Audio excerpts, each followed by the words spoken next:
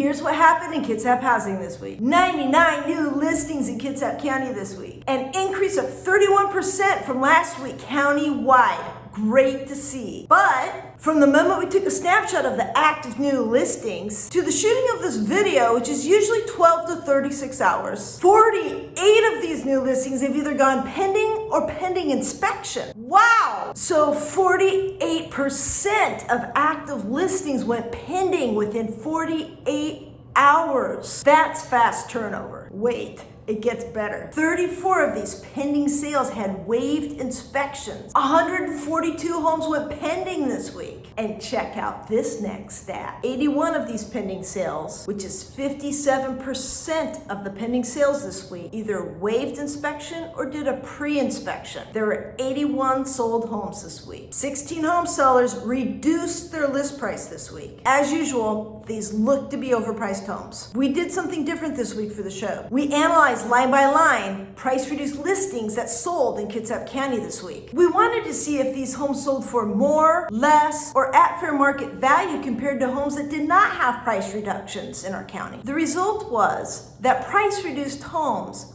on average sold for 2% below list price. When adjusted for the average sales price to list price percentage in Kitsap County, and the average sales price to list price percentage is 4% above list price right now, listings at reduced price on average sold for 6% less than the average listing in Kitsap County. This means sellers are losing 6% on average, or nearly $32,000 on average, when they overpriced their house. There are 5 canceled listings this week. 3 of the 5 canceled listings were new construction. The new construction issue where the builder cancels a pending sale with a buyer is continuing. See last week's Kitsap Housing Report video for more information on that. By the way, hit that subscribe button. Residential inventory is up this week by 15%. We're at 192 units. Cumulative days on market is 24. Again, 1 new construction and 2 price reduced listings had super long days on market, and that skewed the days on market average.